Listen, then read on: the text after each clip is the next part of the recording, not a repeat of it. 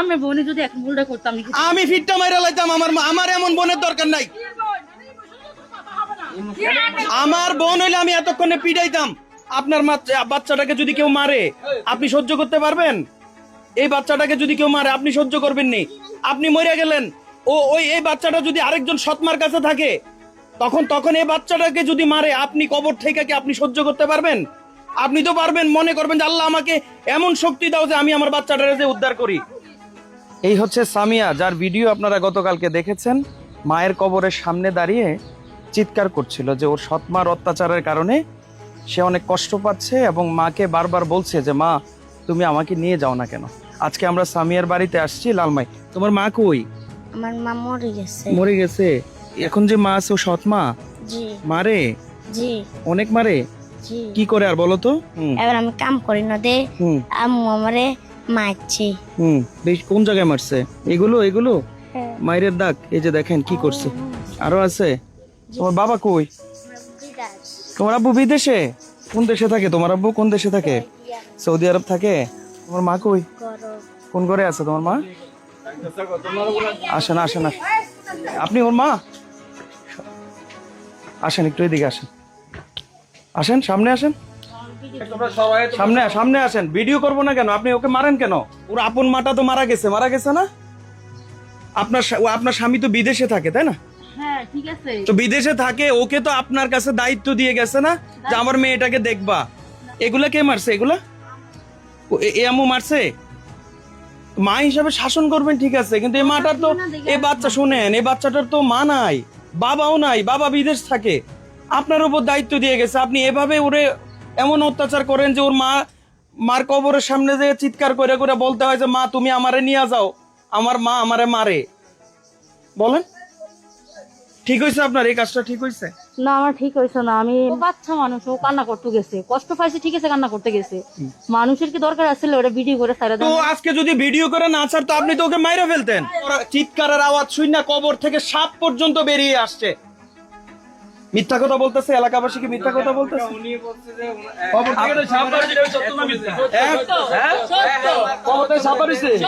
কি বলছে সাপে?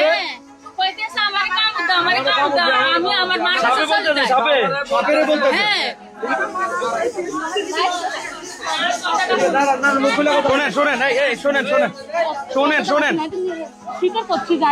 বাচ্চাটা কই? হ্যাঁ আপনার ভিডিও তো আমি সবসময় দেখি। আসলে বাচ্চাটার মা মারা গেছে আজকে 5 থেকে 6 বছর। বাচ্চাটার মা ক্যান্সার রোগে আক্রান্ত ছিল, তো উনি মারা গেছে।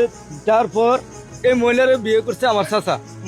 আমার কিন্তু একেবারে আমাদের। আচ্ছা, আমার চাচা বিয়ে করার পরে উনি প্রবাসে চলে গেছে। আজকে প্রায় বছর হবে, 7 মাস হয়েছে। 7 মাস বাবাকে এটা কল দেওয়ার ব্যবস্থা করা যায়? 7 মাস পূর্বে 7 মাস পূর্বে এই মেয়েটা নিজের জামা তো নিজে পরিষ্কার করতে পারবে না, যেহেতু এটা ছোট বাচ্চা। তাহলে এটার দায়িত্ব নেবে কে?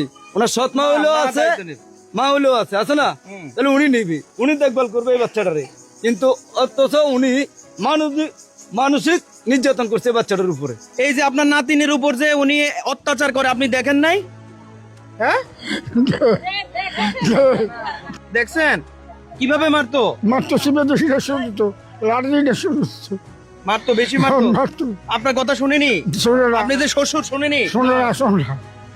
ভাই আপনার উল্টা গালাগালি করে। কি থাকো কি আপনার সৎ শ্বশুর? উনি কি সৎ শ্বশুর? উনি তো আপনার শ্বশুর। উনি কিভাবে আপনার কথা বলে যে আপনি মারেন? ওনার সেবা করছেন কোনোদিন? সেবা করছে? কোনো কিছুই করে না। আর গার মধ্যে গন কর। হ্যাঁ বলেন। আর গার মধ্যে বলে গন করবো। আপনার গায়ে গন্ধ? আমি তো বলতো দো না। কাপড় চোপড়ে দো না, আপনার কাপড়ে গন্ধ। হ্যাঁ আর করবেন এমন করবেন? আসসালামু আলাইকুম ভাই। দাঁড়ান, আপনি কথা বলেন না। আপনি কি ওর বাবা? গতকালকে দেখলাম আপনার মেয়ে কবরস্থানের সামনে দাঁড়ায়া, আপনার বউয়ের কবরস্থানের সামনে দাঁড়ায়া চিৎকার করে করে বলতেছে যে মা আমারে নিয়ে যাও। হ্যাঁ মা আমারে নিয়ে যাও, আমি আর এই অত্যাচার সহ্য করতে পারি না। আপনি কি এগুলো দেখেন না? খোঁজ খবর রাখেন না? খবর তো নেই আমার। দেখেন আমি মাদ্রা কাজ করি, আমার আজকে মাঝরায় কাজ করি তো সব কত কষ্ট করতেছেন রোদ্রের ভিতরে, আপনি একজন প্রবাসী, কত কষ্ট করতেছেন, এই মাজরায় কাজ করতেছেন, আর এদিকে আপনার হ্যাঁ মেয়ে দিয়ে গেছেন, ছেলে দিয়ে গেছেন, এখন সৎ মা তো তারারে মারে। স্ত্রীকে কখনো সাবধান করেন নাই? এই যে আপনার স্ত্রীকে সাবধান করেন নাই কখনো? আপনি মুখটা সরান না কেন? করছি। আপনি এমনি সরাবেন, বড় তো সরাইবেন, অন্ত সরানি গেছে। আপনি এমনি ভাইরাল হয়ে যাবেন ইনশাআল্লাহ। এই দেখুন টিকটকে ভাইরাল হয়ে যাবেন। এই এটা সরান। এই যে শুনেন, আপনি শুনেন, ওর বাবা, আপনি কি আপনার এই স্ত্রীকে সাবধান করেন নাই কখনো? করছি। আচ্ছা, এখন এই বাচ্চা দুইজনকে আমরা নিয়ে যাবো না আপনার এই বউয়ের কাছে দিয়ে যাবো, কোনটা করবো কোন? কাছে নয়, আমি অঙ্কি করব। এখন আমরা একটা কাজ করি, এই বাচ্চা দুইজনকে আমরা নিয়ে যাই, আপনি আসেন, আইসা আমাদের কাছ থেকে সুস্থ অবস্থায় বাচ্চা নিয়ে যান। লাগবে নাকি আপনার স্ত্রীর কাছে দিয়ে যাবো, কোনটা করব? দেখেন এরে বলেন সুন্দর করে, ভবিষ্যতে যেন না হয় একটা শর্ত করে দিয়ে দাও। যতটুকু শুনতে পারছি আসার পরে ইউনো এবং লালমাই থানা থেকে ওনাকে আন্ডারটেকিং দিছে যে 1 মাস ওনারা দেখবে। আমরাও দেখি, যেহেতু আইন এভাবে চেয়েছে, আমরাও 1 মাস দেখি, ওনার কাছে থাকুক, আপনারাও খেয়াল রাখবেন। যদি কোনো রকম অনৈতিক কিছু দেখেন আমাদেরকে খবর দিবেন, এরপরে যতটুকু ব্যবস্থা নেওয়ার আমরা নিব, ঠিক আছে? আপনারা খেয়াল করবেন, এবং এই 1 মাসে আপনি তাদের উপর কতটা যত্নশীল হন এটাও আমরা দেখব। ওর মায়ের কবরের সামনে আমরা এখন যাব, আপনিও যাবেন। বুঝতে পারছি, আপনি ওই মায়ের কবরের সামনে দিয়ে মার কাছে ক্ষমা চাইবেন। মায়ের কবরটা মনে হয় এখন মাটা দুমড়ে মুচড়ে চাইতেছে মা এই বাচ্চার কাছে চলে আসুক কবর থেকে। এই বাচ্চার হাত যেভাবে এখন ধরছেন ঠিক এইভাবেই ধরে রাখবেন, ওরে ছাড়বেন না। এই জায়গাটাতে বসে কানছো? সাপটা কই আছিল? সাপ আইসা পড়ছে। এই সাপটা এই ওয়ালের উপর আইয়ে ওর মা, আপনি ওইদিকে ফিরেন, বলেন যে আমি আর আপনার মেয়ের সাথে এমন করব না, বলেন। আমি আর আপনার মেয়ের সাথে এমন করবো না, আমার ক্ষমা করে দিন।